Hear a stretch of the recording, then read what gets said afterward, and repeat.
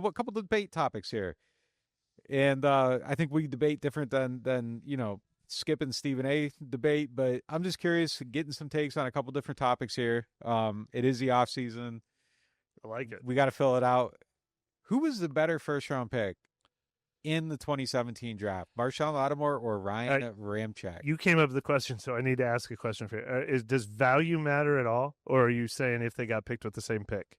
Left tackle, yeah. If they got picked with the same pick, they got picked with the same pick. I'm gonna still go Lattimore.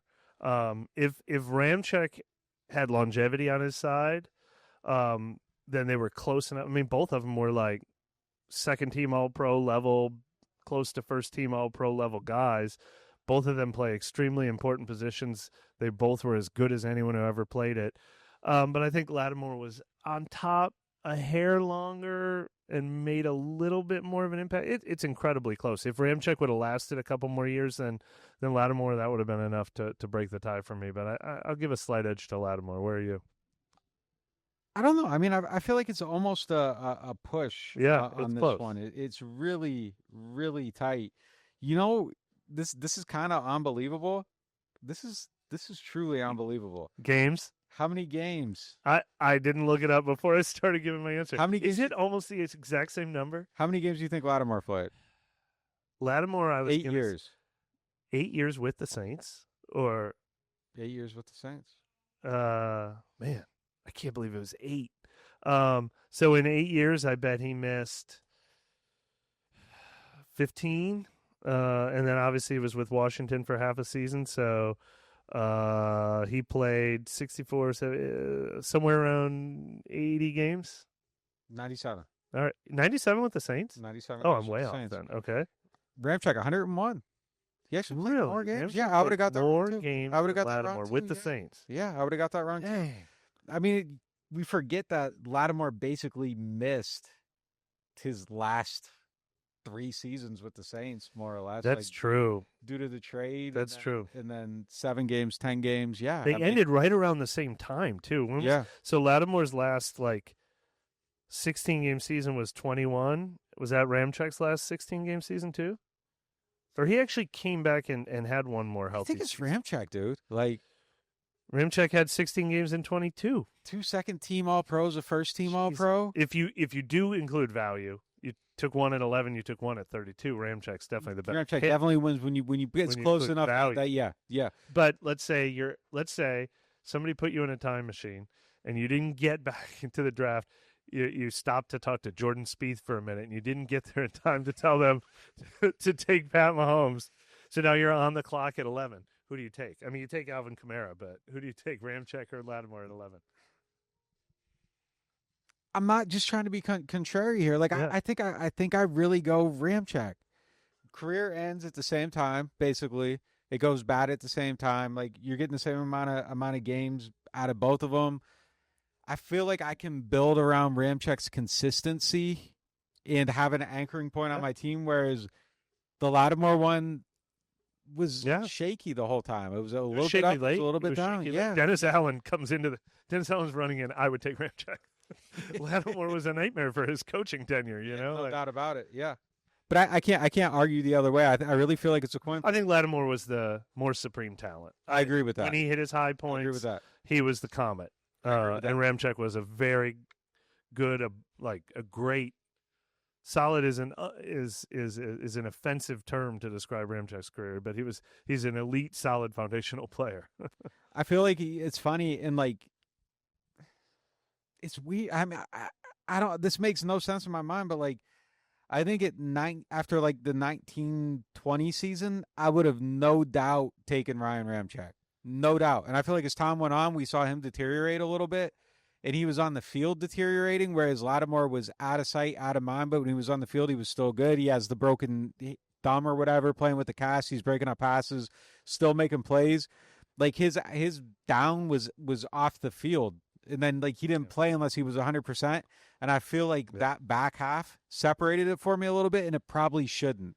But at 20, it was Lattimore started out so high, and then it was frustrating. Why isn't this guy playing better? Why isn't he practicing better?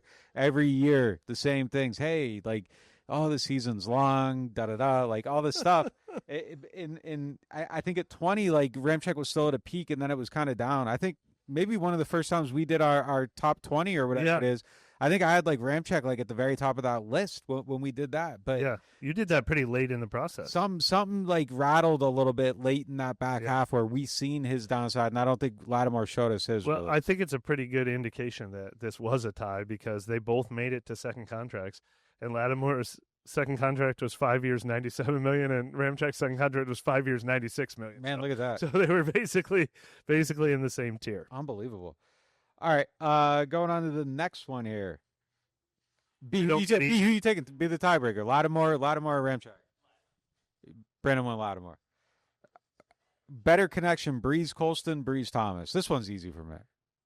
Well, this is another longevity versus peak. I mean, you've had the Michael Thomas versus Brandon Cooks career debate for a long time, and it's a fascinating question.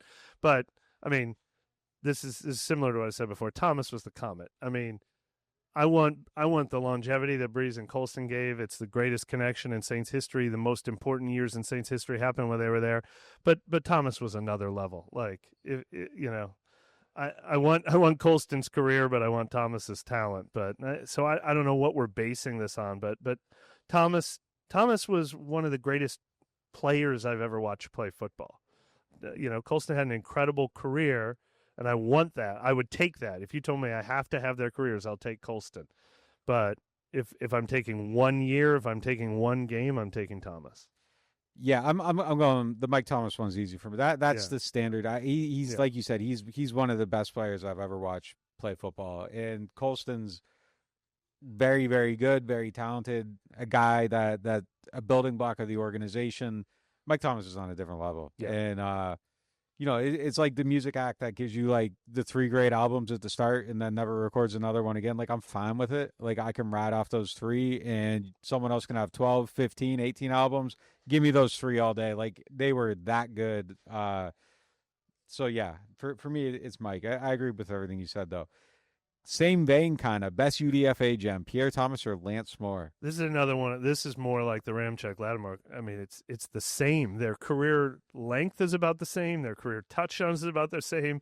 Their number of career 1,000-yard seasons and total yardage is about the same. I went back and forth thinking about this one, and I kept changing my mind. But I think I'm going to go with Pierre for a couple of reasons, even though I'm not usually a running back guy. I think, first of all, Pierre was a Saints pick.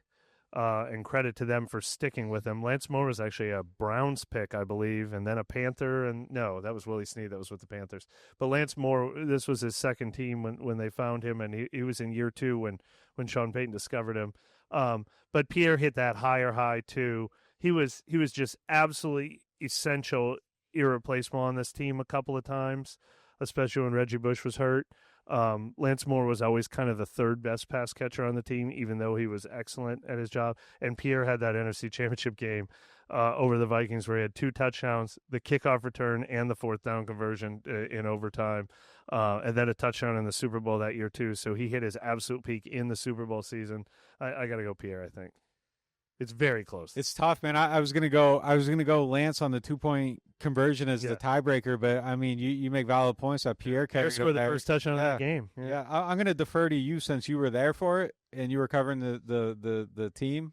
So we're going Pierre on this one. I think so. I think I got to go Pierre. All right. I think I got to go Pierre. Lance, weird. Got to say, was injured that season. Lance only had 14. Oh, all right, yeah. All right. Brandon goes Pierre. You go Pierre? Yeah. Pierre, look, I almost wanted to go with Lance because I think Lance is probably more underrated and deserves credit. He had a 1,000-yard season and a 928-yard season, and really just had a special career. But I think Brandon grew up in the area. Saints fans who were season tickets, I think Pierre is like held in a certain esteem. Like you'll find a lot of people around town who might say Pierre was their like favorite Saints player of that era. Going to the next one. You cannot say 2011. It's not part of the equation. That would have been what was the best team the Saints ever had? I mean, 2009. Like that's the debate for me is 11 or 9. The problem with 11 is their defense let them down too much. The 2011 offense, I think, is the best offense I've ever seen. Like I think it has an argument for being the best single-season offense in NFL history. But I think 2009 is 50-50 in the conversation for better team because that defense like led the league in takeaways and sacks or sacks, I think. Had takeaways.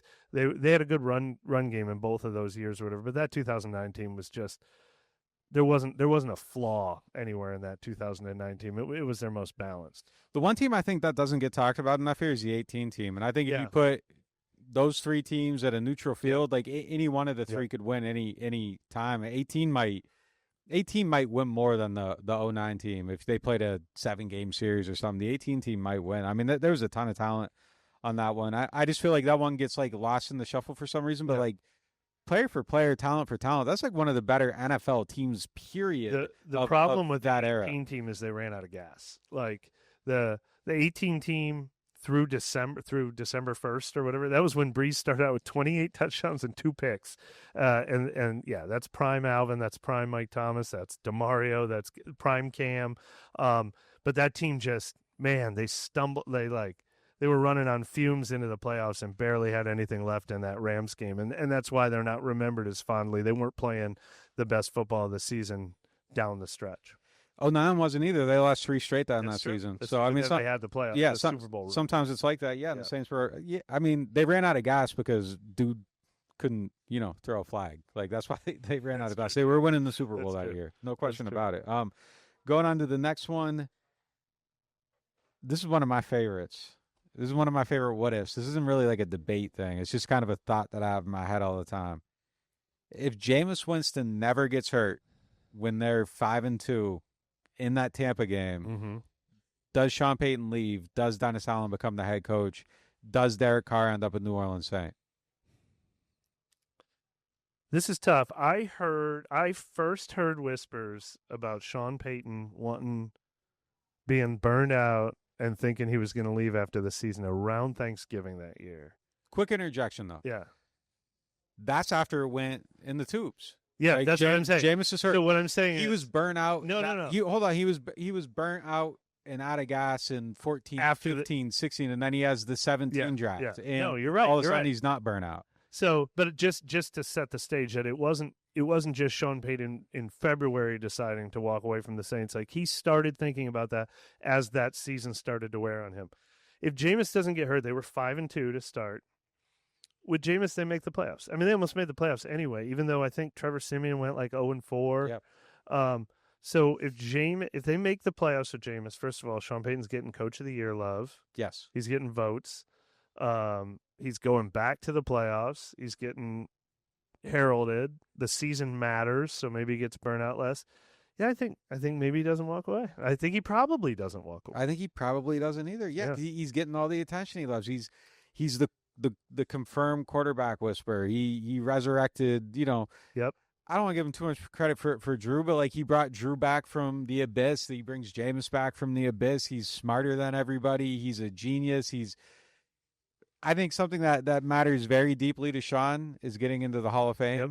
And I think if you made it work with Jameis Winston after the league kind of looked at him a certain way, I think that strengthens his credential in a very significant way. If he outsmarts everyone on Bo Nix, I think he kind of gets similar. Yeah. He gets it that way. But doing it with Jim, I agree. I think it changes. I don't know if he's still here now. It might have went sideways. He might have still left, but it definitely changes. I don't think he leaves that year. I think they make the playoffs, and like you said, he's probably getting Coach of the Year with that. And who won it that year? And what year was that? 21? That was 21. It wasn't Arians because they were just they got Tom Brady and they were a wild card team. Who was the 1 seed that year? Philadelphia, Minnesota were the top 2 teams in the playoffs that year in the NFC. I'm looking it up. Was that a Stefanski year? He won it twice. Oh, it was Vrabel. Vrabel? Yeah, it was Vrabel. They were the 1 seed, and then they lost in the first round at home in Tennessee. Yeah. So, I don't know. It would have been interesting.